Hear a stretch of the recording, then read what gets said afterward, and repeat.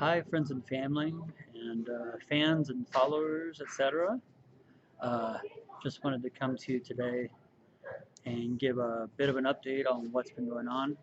Uh, so, for the last 3 months, some of you know, some of you don't know, that I've been staying in Bend, Oregon, weathering the uh, coronavirus pandemic, as I want to call it, the pandemic. And so, spent part of that time working on my online business.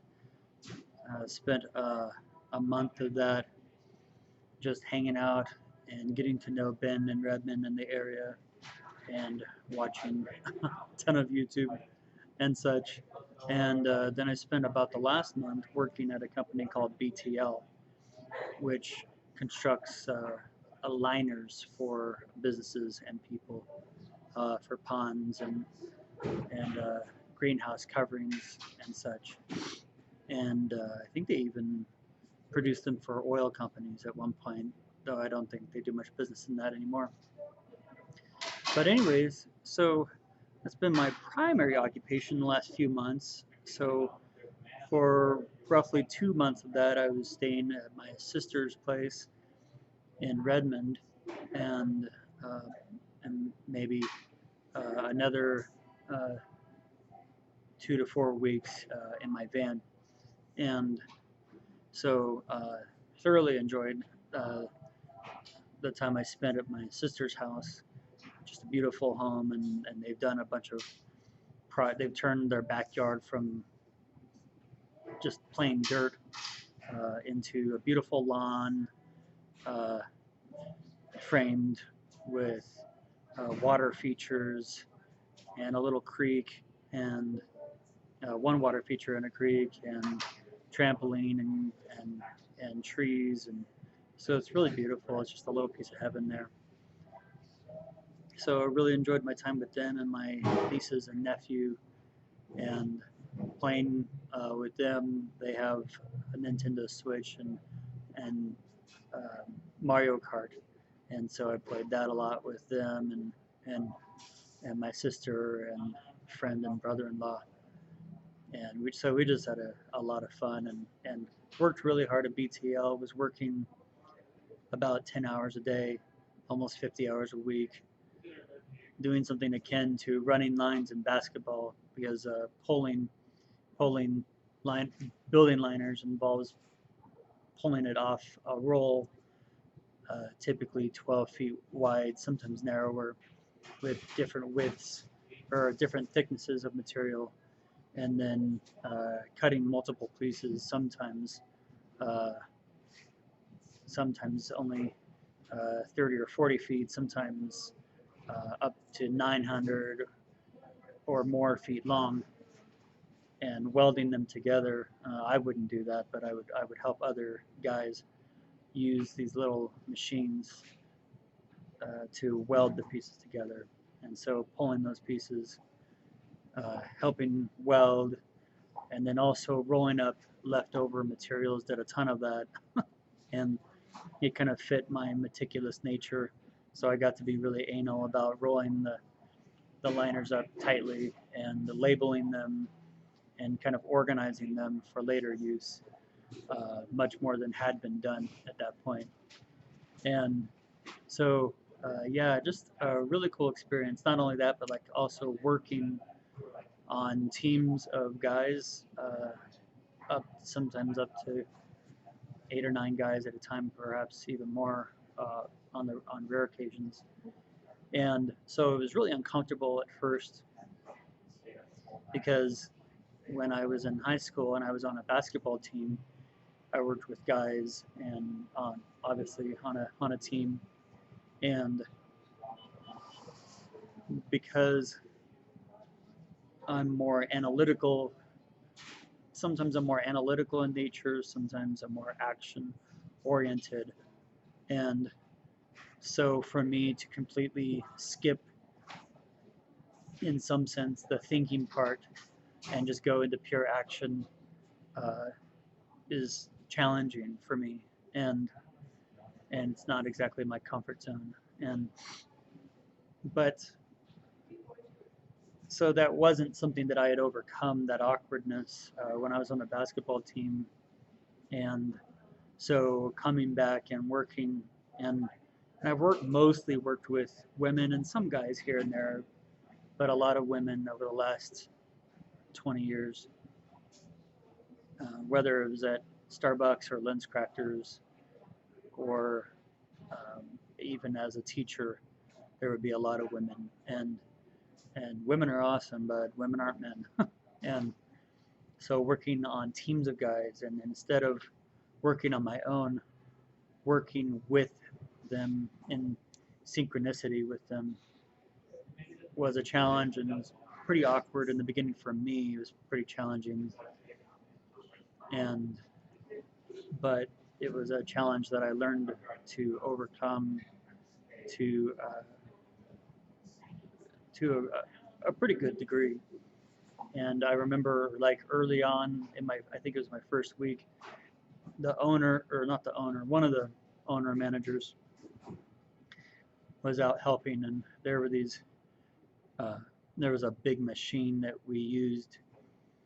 It's a little hard to describe, but part of the components of the machine we used to roll up liners that we had constructed, especially the heavier ones, or primarily the heavier ones, had this bar that was maybe 12 or more feet across and around 300 pounds. And so I was at one point in the process of getting a liner attached to it. You have to take it off and put it back on one or more times. And so, not just twice, once off, once on. And so at one point when we were going to put it back on, I was carrying one half, and another guy was carrying another half. And I wanted to do a good job, and I was working hard. And but one of the part owner pointed out that I was working alone, and so that was some negative feedback that I needed, and helped me realize that I wasn't working alone. And it's one thing to know intellectually that I'm not working alone, but to know it on a teamwork, sort of non-conscious masculine sense, that I'm not working alone, really helped me. And so it really helped me to get that feedback. And then several of the guys, because I didn't know what I was doing in terms of building liners. I mean, I have a lot of labor experience in construction and such, but to gain this experience with a team, and to have guys talking to me and giving me feedback and teaching me how to do things, very humbling experience. And a lot of times I had to swallow my pride and discipline myself to be open to what other people had to say, instead of thinking that egotistically that I knew best, or that I was more important than these guys, and because of the kind of work that I've done. And so it gave me an excellent opportunity to just stab arrogance and hubris right in the face, and to get humble and to learn from people of any age, and to interact with them. You know, the work of building liners, once the process was down, is somewhat monotonous. And so one of the things that me and my brother-in-law, who got me the temp job there, or helped me to get the temp job there, one of the things that we acknowledged was that it was just a continual razz fest between all the guys. And so a lot of the guys were constantly teasing each other, and so it was fun to be a part of that, and to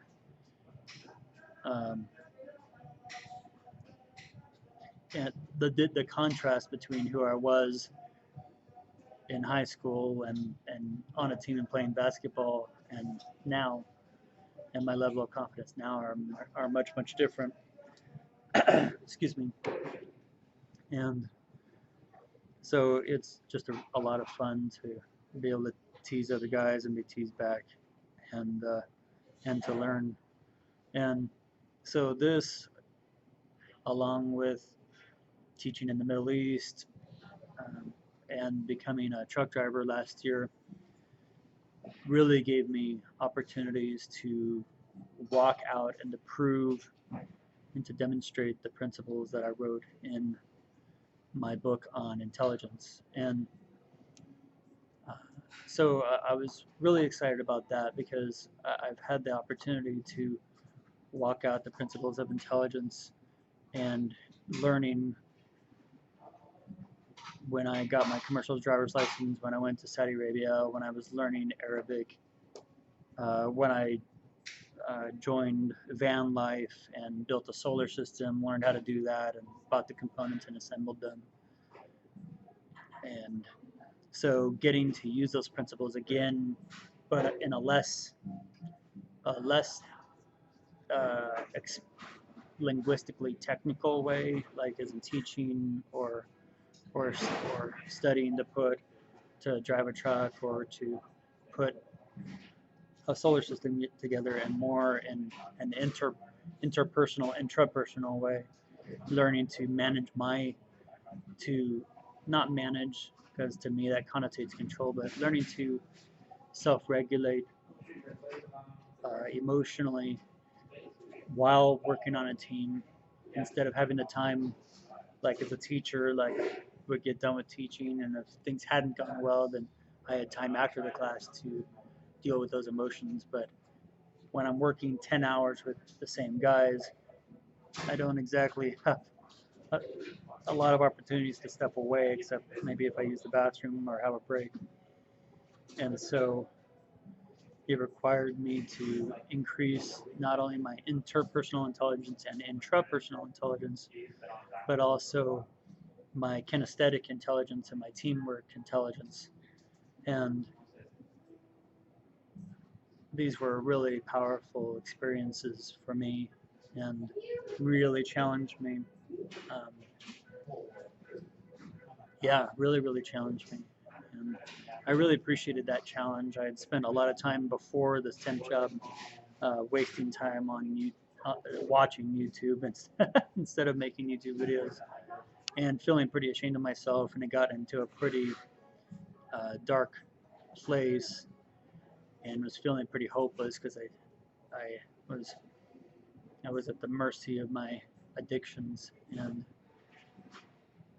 so having done this job really gave me a lot of accomplishment momentum, and has enabled me to stand back up, metaphorically speaking.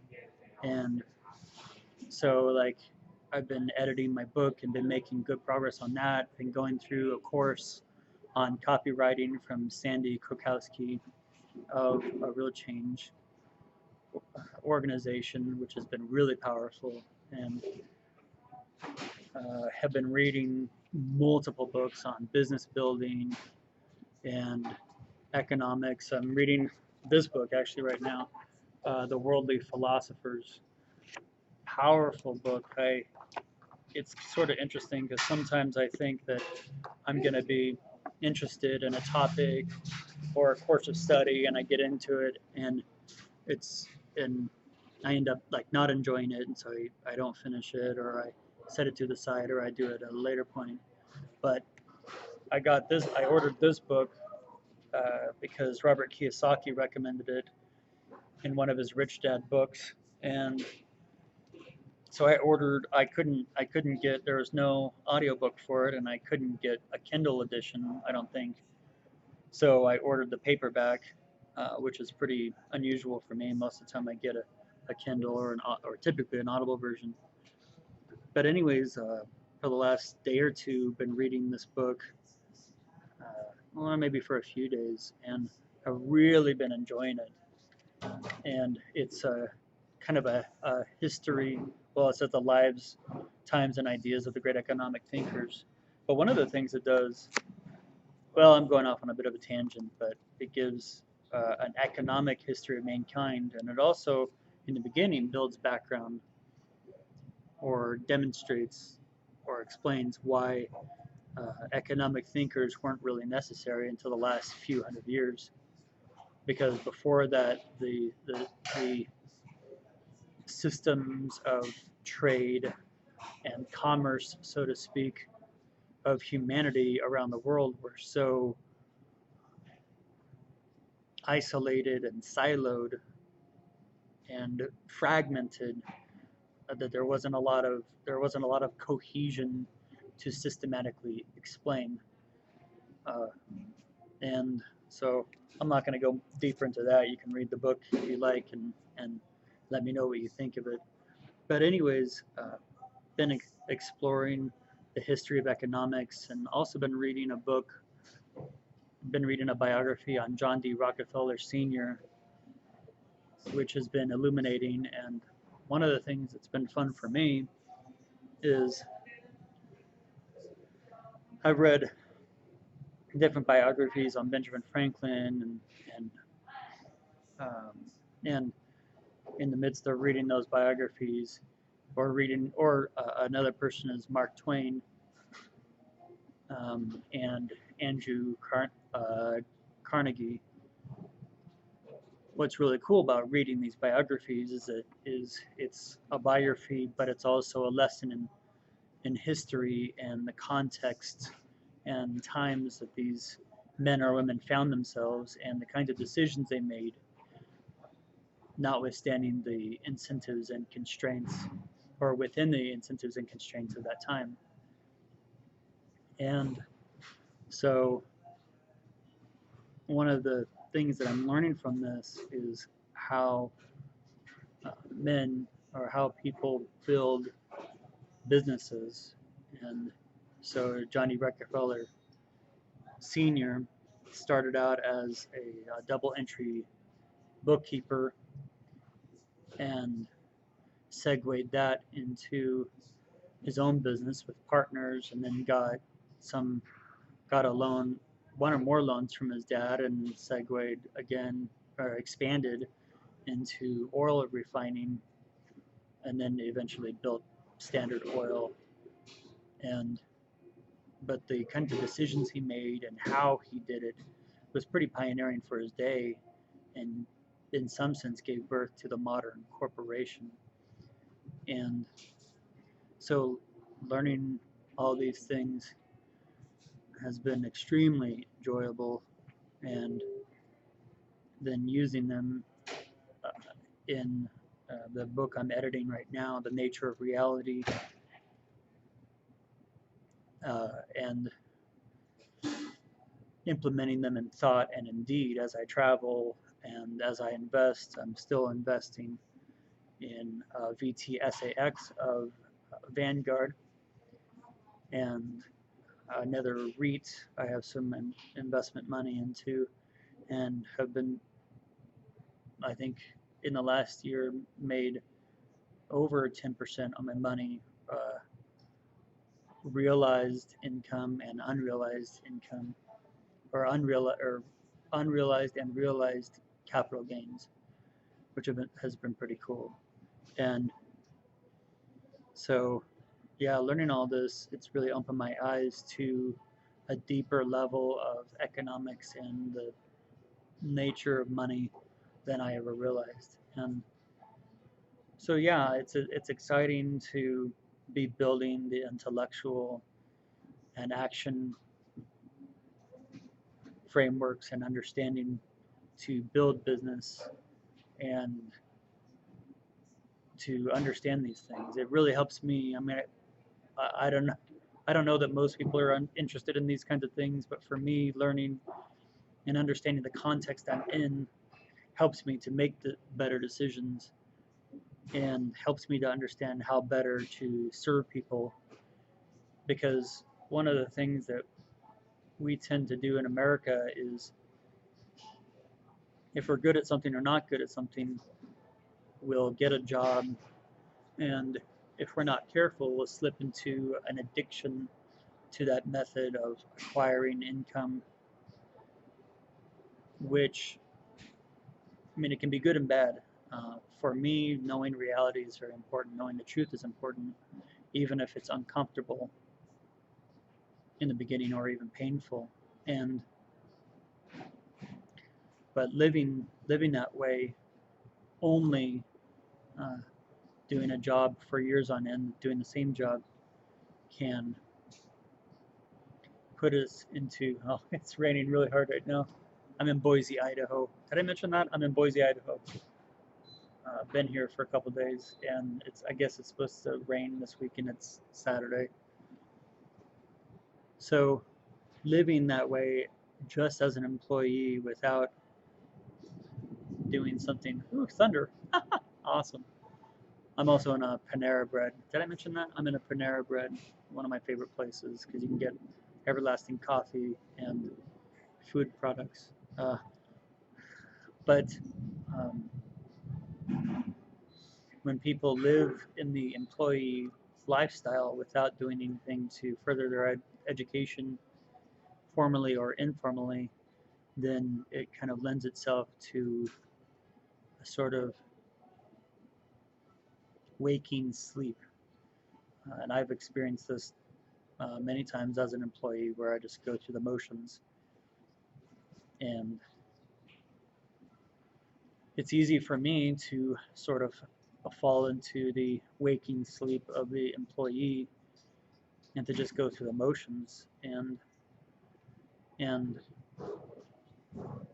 but the problem with that, for me, maybe not for others, but for me, the problem with that is that I stop learning, I stop growing, and I start to avoid my freedom to make new choices diminishes, because personally my value system can shift from freedom and growth and learning as supreme values to comfort and security and safety as supreme values. And but the problem for me with comfort, security, and safety being supreme values is that they actually, it's less possible for me to be comfortable and safe and secure if those are my supreme values, because those those three states or values are the byproducts of higher virtues like freedom and growth and learning. And so when I choose safety, security, and comfort as supreme values, then it's sort of like trying to just be happy instead of doing the other action and emotional things necessary to get happiness, which namely is taking responsibility for one's life. And so safety, security, and comfort end up being, if pursued directly, end up shrinking the pool of choices that are available for me. But if chosen as a byproduct of freedom and increase of security and income, uh, through facing fears and learning from mistakes, can actually be a healthy thing. And so that's one of the things that I'm confronting right now in investing and doing van life and doing this book and learning about business. And because the real question is like, do I want to be a business owner, investor, or do I want to be an employee or self-employed? And so I am probably going to head the direction of self-employment for now, because that's one of the prerequisite steps to building a business, building a company, and which can make a person a wiser investor. So those are things that are going on with me. I'm enjoying van life and traveling. I'm enjoying the freedom of exploring new places, although I certainly miss my family and the people that I met in Bend, which is a great city, and a beautiful city, beautiful trees, beautiful many parks, beautiful views of Sisters and the surrounding mountains, just multiple large mountains and Bachelor and such. So I'm definitely missing that place, and I might return there, but I do feel the need to explore the United States more and to see where it is that I might like to put down roots in America, if at all. So I sincerely hope you guys are doing well, my fans, friends, and family. I hope that you're growing and changing and learning. I hope that you're able to get something out of my life and my stories, really, because I don't want to keep any of the lessons I'm learning to myself. I want to, if they can help other people, give those to other people. And so hopefully this video and my videos do that. I hope you're doing well. Bless you, and I'll see you next time.